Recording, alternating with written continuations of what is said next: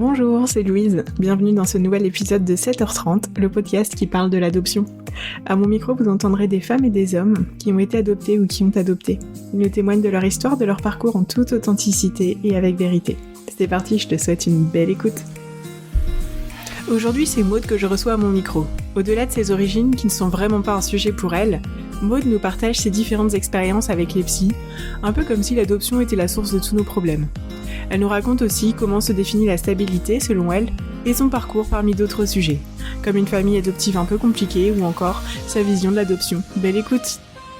Salut Maud, bienvenue dans ce nouvel épisode du podcast 7h30. Je suis ravie de t'accueillir aujourd'hui. Est-ce que tu veux bien te présenter s'il te plaît? Qui es-tu et d'où viens-tu?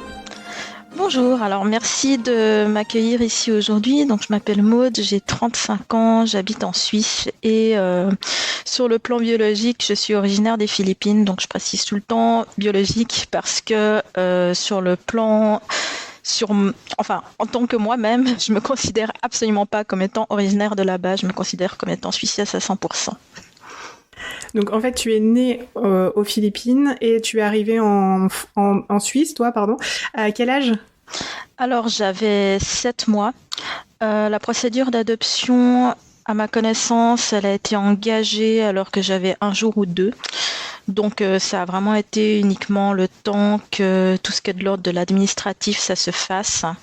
Et sinon, je suis arrivée en Suisse, assez vite. Et alors, qu'est-ce que tu avais envie de nous partager par rapport à, du coup, cette adoption ou éventuellement cet abandon dans cet épisode? Disons que c'est la façon dont, pour ma part, j'ai vécu ou pas vécu l'adoption.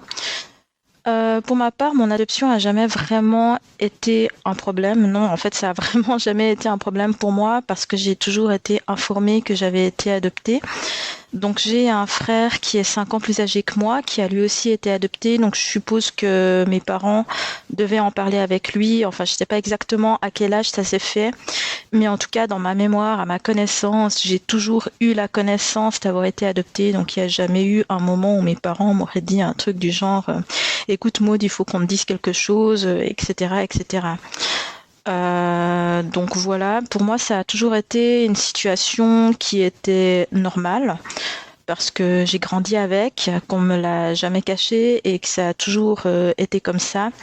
Je dirais que la particularité du fait que j'ai été adoptée, ça a surtout été une spécificité qui m'a beaucoup été renvoyée par le regard des autres ou par le fait que les autres trouvaient ça pas normal ou étrange. À titre personnel, pour moi, ça n'a jamais été un souci. J'ai toujours très bien vécu cette adoption, il me semble, dans le sens où je me suis jamais posé de questions du type pourquoi mes parents m'ont-ils abandonné ou pourquoi moi ou etc. etc. Tout ça, c'est des questionnements que pour ma part en tout cas, j'ai pas connus. Par contre, depuis toujours, l'extérieur m'a toujours posé la question comme si ça devait forcément être un passage obligé ou un fait obligatoire. Et c'est même arrivé assez fréquemment qu'on me laisse sous-entendre ou d'ailleurs ne pas sous-entendre que c'était pas normal que je me sente suissesse complètement et que normalement j'aurais dû absolument avoir une quête de mes origines. Il y a même des gens, parfois, ça les fait en quelque sorte bugger ou qui viennent me dire des trucs du genre « mais pourquoi t'aimes pas ton pays ?» Et moi je suis là « non mais j'ai un pays, c'est la Suisse et j'aime mon pays ». Et c'est vrai que pour moi, il y a quelque chose qui ne comprend pas toujours en quoi est-ce que ça dérange autant l'extérieur alors que moi, je suis en ordre avec moi-même. Quand tu dis que c'est... Dans ce que j'entends dans ce que tu dis, c'est que c'est l'extérieur qui te renvoie effectivement que tu as été adoptée. Est-ce que tu as des exemples concrets qui te viennent en tête que tu pourrais nous partager? Alors, c'est effectivement tout le temps de poser des questions. Donc déjà, c'était un peu différent à l'époque où j'habitais à la campagne, probablement parce que tout le monde nous connaissait, vu que souvent c'est des milieux qui sont assez rapprochés.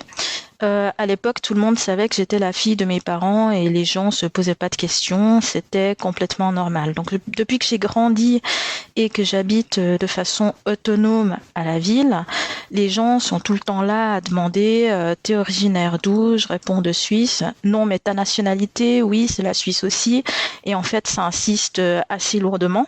Donc, il y a beaucoup de gens qui ont vraiment un problème avec le fait qu'on puisse simplement venir de Suisse et être originaire de Suisse. Ouais, souvent, on vient comme ça me poser des questions. Donc, les gens, ils insistent, ils n'ont pas envie de comprendre. Et après, si je leur dis que je viens de Suisse et que je suis originaire de Suisse, ils vont me poser des questions comme « Ah, mais t'es né en Suisse ?» ou etc. Et en fait, non, le fait que moi, je sois simplement de nationalité suisse et rien d'autre, c'est quelque chose qui a beaucoup de peine à passer. Et toi, qu'est-ce que tu mettais en place quand tu avais ce genre de un peu agression extérieure, en fait? Alors, je pense que pendant longtemps, j'ai eu une réaction qui était assez défensive, où je répondais comme un discréé que je venais de Suisse. Et puis maintenant, c'est vrai que ça me fait plus trop réagir que ça. Donc, je continue à donner la même réponse. C'est vrai que les gens à qui ça ne plaît pas, eh ben, c'est le même prix. Souvent, c'est une manière de répondre que j'ai développée, ça a été sur le plan biologique, je viens des Philippines. En vrai, je viens de Suisse. Et généralement, les gens comprennent. T'as vécu, toi, des formes de racisme ou des choses comme ça? Alors oui, je dirais beaucoup à l'école primaire parce que j'ai grandi à la campagne. Vraiment la campagne de la campagne. Et que là où j'ai grandi, il y a passablement peu d'étrangers. Donc je dirais que sur une classe de 25 enfants, il devait y avoir 4 étrangers grand maximum, plus moi qui me considérais pas comme étrangère et qui était pas forcément considérée comme telle. En tout cas, je le ressentais pas forcément comme ça. En tout cas, sur le plan culturel. Par contre, pour tout ce qui a trait à la couleur de la peau, c'est vrai que là, j'ai souvent pris des insultes ou des commentaires ou des choses comme ça. Je pense pas que c'était le seul facteur qui provoquait les moqueries. Il y avait probablement des autres choses aussi. Mais en tout cas, c'était quelque chose dont les autres enfants aimaient bien se servir comme excuse pour la méchanceté. Je pense que s'il n'y avait pas eu ça, il y aurait probablement eu des autres choses. Il y a toujours un détail qui est trouvé. Oui. Il y a toujours, de toute façon, même si c'est pas une question de couleur de peau, de racisme ou quoi que ce soit, il y a forcément toujours un petit quelque chose à critiquer chez les autres, quoi, et trouver une petite faille. Et je te pose la question, t'as le droit de me dire que t'as pas envie de me répondre. Pendant ton enfance, ta relation avec ta famille, c'était comment ? Alors, quand j'étais toute petite, je pense que les premières années, ça allait. Maintenant, je pense que c'est devenu de plus en plus compliqué en grandissant, pas à cause de l'adoption, mais pour des raisons diverses et variées. Tout d'abord, le fait que moi, je suis un profil atypique. Donc, quand j'avais 30 ans, j'étais diagnostiquée comme haut potentiel intellectuel et syndrome d'Asperger. Mais ça, on ne le savait pas quand j'étais enfant. Donc, il y a eu ça qui a fait que ça a été un peu compliqué. Et ensuite, avec mes parents, c'est assez vite devenu tendu parce que, comme beaucoup de couples, au bout d'un moment, avec le temps, parfois, ça se distend. Et que mes parents avaient aussi des personnalités qui étaient un peu compliquées, dans le sens où mon père, je l'ai identifié plus tard comme une personnalité toxique, ce qui a fait que j'ai coupé les ponts totalement avec lui à l'âge de 18 ans, donc ça fait bientôt 18 ans. Ma mère, en fait, était une personne qui était extrêmement anxieuse. Voilà, je l'aime beaucoup, mais le fait est qu'elle nous a énormément transmis à mon frère et moi des réflexes défensifs où, d'une façon générale, on a beaucoup été empêchés de faire nos expériences d'enfants en grandissant, c'est-à-dire de commencer à sortir, de se casser la figure, de commencer à fréquenter des personnes de l'autre sexe ou du même sexe, enfin peu importe, et de se prendre des claques. Enfin, tout ça, ça a beaucoup été des expériences qu'elle nous a empêchés de faire. Et ça a fait, en grandissant, sur le plan psychologique, un cocktail qui était un petit peu explosif. Donc, du coup, voilà, parfois, il y a eu des moments de notre vie où ça a été un peu compliqué. On s'en est sorti comme on a pu. De mon côté, tout ça, c'est des choses, en fait, que j'ai plus ou moins réussi avec le temps à observer et à décortiquer et à désamorcer. Donc voilà, tout va très bien. Et pour décortiquer tout ça, tu as été accompagnée? Alors, j'ai été accompagnée, oui, j'ai fait différents essais avec des psychologues quand j'étais adolescente. Ça s'est plus ou moins bien passé selon les profils. Ou alors, il y a des fois où ça a mis un peu des béquilles, mais sans que ce soit véritablement durable. Après, je dirais que l'essentiel du travail, je l'ai surtout fait moi-même, c'est-à-dire en lisant énormément de livres de psychologie, en me formant moi-même. Et après, j'ai réussi gentiment à remonter à la source et à dénouer un petit peu tout ça. Ce que je pourrais préciser peut-être, c'est que l'adoption, pour en revenir au sujet, ça a été quelque chose qui a rendu assez compliqué mes relations avec les psychologues, parce que c'était un peu une sorte de filtre dans lequel, enfin, je l'ai vécu un peu comme une barrière en fait qui empêchait les psychologues d'aller chercher plus loin. C'est-à-dire que dès qu'il y avait un problème, c'était la faute de l'adoption. Genre si j'allais mal, c'était la faute de l'adoption. Si j'étais déprimée, c'était la faute de l'adoption. Si j'avais des difficultés d'interaction sociale, c'était la faute de l'adoption. En fait, l'adoption, c'était un peu l'excuse pour tout. Et je pense que ça a beaucoup empêché l'accès à des vrais diagnostics, donc notamment aux diagnostics de neuroatypisme qui sont arrivés très tard dans ma vie. Je pense que ça, c'est des choses qui ont été faites partiellement parce que les psychologues n'allaient pas creuser plus loin que l'adoption. Et je ne peux que confirmer, hein, moi j'ai un souvenir d'avoir été voir une psychologue une fois pour un sujet très personnel, quoi. Et je parle, et puis je parle du problème que je rencontre, et je finis par dire non, mais sinon j'ai été adoptée. Et là, elle a ouvert grand les yeux, elle m'a dit mais en fait, fallait me parler de ça tout de suite et tout. Moi j'étais là, mais en fait, je viens pas spécialement parler de mon adoption, enfin c'est pas le problème principal de ma vie, enfin j'ai d'autres choses aussi qui se passent, donc c'est vrai que je comprends ce truc de l'adoption, c'est chez certains psychologues ça devient le sujet principal, et sans pour autant prendre le temps ou l'envie ou je sais pas quoi, mais d'aller creuser sur d'autres sujets qui peuvent être plus impactants pour nous aussi, quoi. Oui, c'est exactement ça, c'est un peu comme si d'une part notre adoption, on est obligé de l'avoir mal vécue, alors que c'est pas forcément le cas. Et d'autre part, c'est un peu comme si ça devenait le truc qui nous définit complètement et que du coup, on peut pas avoir d'autres particularités ou d'autres problèmes, alors qu'en fait, il y a potentiellement des autres pistes à creuser et que c'est même possible que ces pistes, elles soient plus importantes que l'adoption. Mais chaque fois que j'ai interagi avec des professionnels de la santé mentale, ça a bloqué là, en fait. Et après, le fait que moi-même, j'ai toujours été un peu sensible par rapport au fait que les gens ne veulent pas me reconnaître mon identité suisse, souvent, après, je montais un peu les tours et ça se passait pas très bien. Tu disais qu'avec tes parents, ça avait été compliqué. Est-ce que tu as réussi à retrouver à d'autres endroits dans ta vie des piliers qui t'ont permis de t'ancrer? Alors oui. Donc il y a eu des relations. Donc par exemple à l'époque où j'ai été en couple, il y avait eu mon ex. Ensuite il y a eu des amis. Après bon voilà, les relations de couple, les amis, souvent ça va, ça vient. C'est un peu l'histoire de la vie. Je dirais que moi, ce qui m'a le plus permis de m'ancrer, ça a été le fait d'avoir un foyer, donc d'avoir mon appartement à moi, le fait de rester dans ce que je considère comme ma ville, donc à Lausanne en Suisse, le fait d'avoir des habitudes, d'avoir une routine. Ça, c'est quelque chose qui m'a beaucoup aidé à m'ancrer. Je pense que comme effectivement, d'une part, il y a eu l'abandon à travers le fait que j'ai été adoptée, il y a aussi eu le fait que j'ai grandi dans une famille qui était passablement instable. Et je pense que tout ça, ça a probablement provoqué chez moi encore plus le besoin de m'enraciner physiquement à un endroit. Ce qui fait qu'actuellement, donc, j'habite dans une ville, donc j'ai pas tout le temps habité dans le même appartement, mais ça fait plus de 10 ans que j'habite dans ma ville. Je me sens très bien ici, et en tout tout cas, à l'heure actuelle, je me vois absolument pas en bouger, à part pour des vacances ou pour des voyages courts.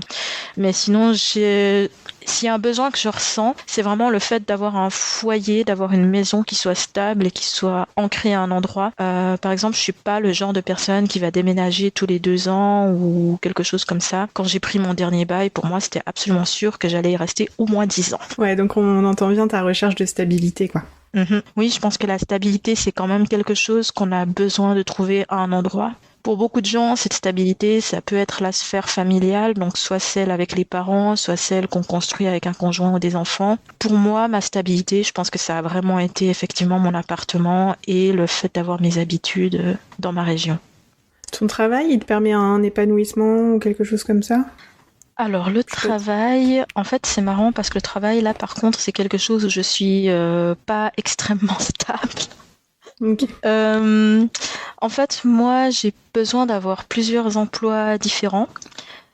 En fait je dirais que là où il y a peut-être des signes entre guillemets de reste d'adoption, je sais pas comment le formuler, qui se verrait, c'est dans le fait que j'ai vraiment un très très très fort besoin d'avoir au travail un cadre qui soit sécurisant et d'être entourée de gens que j'apprécie et qui m'apprécient. Et dès qu'il y a un de ces facteurs qui convient pas, en fait, je quitte l'emploi en question. Ce qui a fait que d'une part, j'ai plusieurs emplois en parallèle et d'autre part, jusqu'à présent, en tout cas, j'en ai changé assez régulièrement. Parallèlement à mes 3 emplois salariés, donc oui, actuellement j'ai 3 emplois salariés pour un total de 90%. Parallèlement à ça, je suis aussi en train de lancer ma propre entreprise, donc en indépendante. Et du coup, je cumule comme ça plusieurs occupations qui me permettent d'être bien occupée. Ouais, je dirais qu'au niveau du salariat, en fait, j'ai vraiment ce besoin d'être entourée de gens qui m'acceptent comme je suis, qui m'apprécient et surtout qui me font me sentir en sécurité. Probablement, ce besoin, il se retrouve aussi avec la recherche d'appartement, parce que moi j'ai aussi changé d'appartement jusqu'au moment où j'en ai trouvé un qui me convenait. Et ça c'est quelque chose, la stabilité c'est aussi quelque chose que je recherche au travail en fait, je dirais, même si c'est un peu tordu peut-être la façon dont je le fais. Mais j'ai besoin de stabilité au travail et en fait c'est pour ça que chaque fois que cette stabilité elle ne me paraît pas suffisamment assurée, je change d'emploi et du coup d'un certain côté ça me donne plutôt un côté instable, en tout cas vu de l'extérieur. Personnellement je ressens vraiment ça comme le fait que j'ai vraiment besoin de me sentir bien où je suis. Ouais, t'as ce truc de chez toi maintenant, dans ton propre foyer, tu te sens bien. Et au travail maintenant, c'est la quête de il faut que je trouve l'endroit où il y a une stabilité, il y a un cadre et où je suis bien. Alors, faut que, je sais pas, j'utiliserai pas forcément cette expression-là, mais en tout cas, j'en ai besoin. Voilà, t'en as et besoin. Je la recherche. Voilà, et en fait, c'est cette recherche de stabilité, et je trouve ça hyper chouette d'avoir le cran et le courage aussi de dire là, ça me convient pas, je bouge, en fait. Oui. Donc après, je dirais que c'est quelque chose que j'ai fait avec ma famille adoptive aussi. Donc je pense que ça doit probablement appartenir à mon caractère de base, parce que mon père a jamais voulu m'écouter et m'accepter comme j'étais. Quand j'avais des choses à lui dire, il fallait que je me plie à ses conditions. Même quand on s'était pas vu depuis 10 ans, il fallait que si on se revoit, que je me plie à ses conditions. Donc j'ai dit non merci. Et je pense que ça a toujours fait partie quelque part de ma personnalité, de dire quand quelque chose me convient pas, je coupe.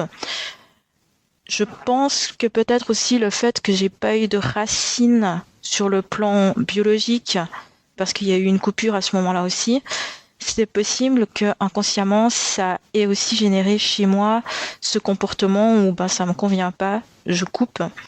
Ma mère, elle, c'est quelqu'un qui était, donc je parle de ma mère adoptive, bien entendu, c'est quelqu'un qui était un peu plus ouverte à m'accepter comme j'étais, à m'écouter, même si il y a eu des moments où ça a été un peu compliqué. Mais avec elle, par contre, quand je me suis imposée et que j'ai dit quelles étaient les choses que j'acceptais et celles que j'acceptais pas, celles que je pouvais supporter et celles que je pouvais pas supporter. Elle a été ouverte aussi à elle évoluer de son côté pour que nos rapports puissent s'améliorer. Donc avec elle, on est resté en contact. Par contre, je dirais qu'effectivement, dans tout le reste de ma vie, j'ai un peu ce côté où j'ai pas de regret quelque part à mettre fin à une relation ou à mettre fin à une collaboration ou à mettre fin à quelque chose, en fait, si ça va pas dans le sens de mon bien-être et de la stabilité que je cherche. Je te partage ce à quoi je pense quand tu me parles, quand je t'écoute. J'entends... En tout cas, ce qui résonne chez moi, tu vois, c'est un peu cette notion de survie. À la naissance, il s'est passé quelque chose de fort, tu vois, il y a un lien qui a été rompu, et du coup, il y a cette notion de survie, et il faut que je bouge. À cet âge-là, tu maîtrises pas, mais il faut que je bouge pour trouver un endroit où je serai en sécurité. Et j'ai l'impression, quand je t'entends parler, qu'il y a encore cette notion, tu vois, de... Ça va pas, je bouge, mais il faut toujours que la situation soit... C'est pas, il faut toujours que la situation... Que je cherche la meilleure situation. J'arrête avec le il faut en premier. Mais en tout cas, je cherche toujours la meilleure situation pour que je me sente bien. Alors, je pense que la quête du bonheur et la quête de se sentir bien, c'est probablement quelque chose qui est assez humain, adopté ou pas. Personnellement, je l'ai jamais vécu comme une fuite, mais effectivement, ça pourrait peut-être s'interpréter comme ça. En tout cas, moi, de la façon dont je le vis de l'intérieur, c'est plutôt un côté où il n'y a pas de regret, en fait. Il n'y a pas d'attache, et donc j'ai rien à perdre. Quelque part, j'ai rien à perdre en cherchant quelque chose de mieux. Par contre, j'ai tout à perdre en restant dans une zone de confort qui me convient pas. Et bim, voilà, c'est dit. Enfin, je sais pas, c'est juste la façon dont je le vis.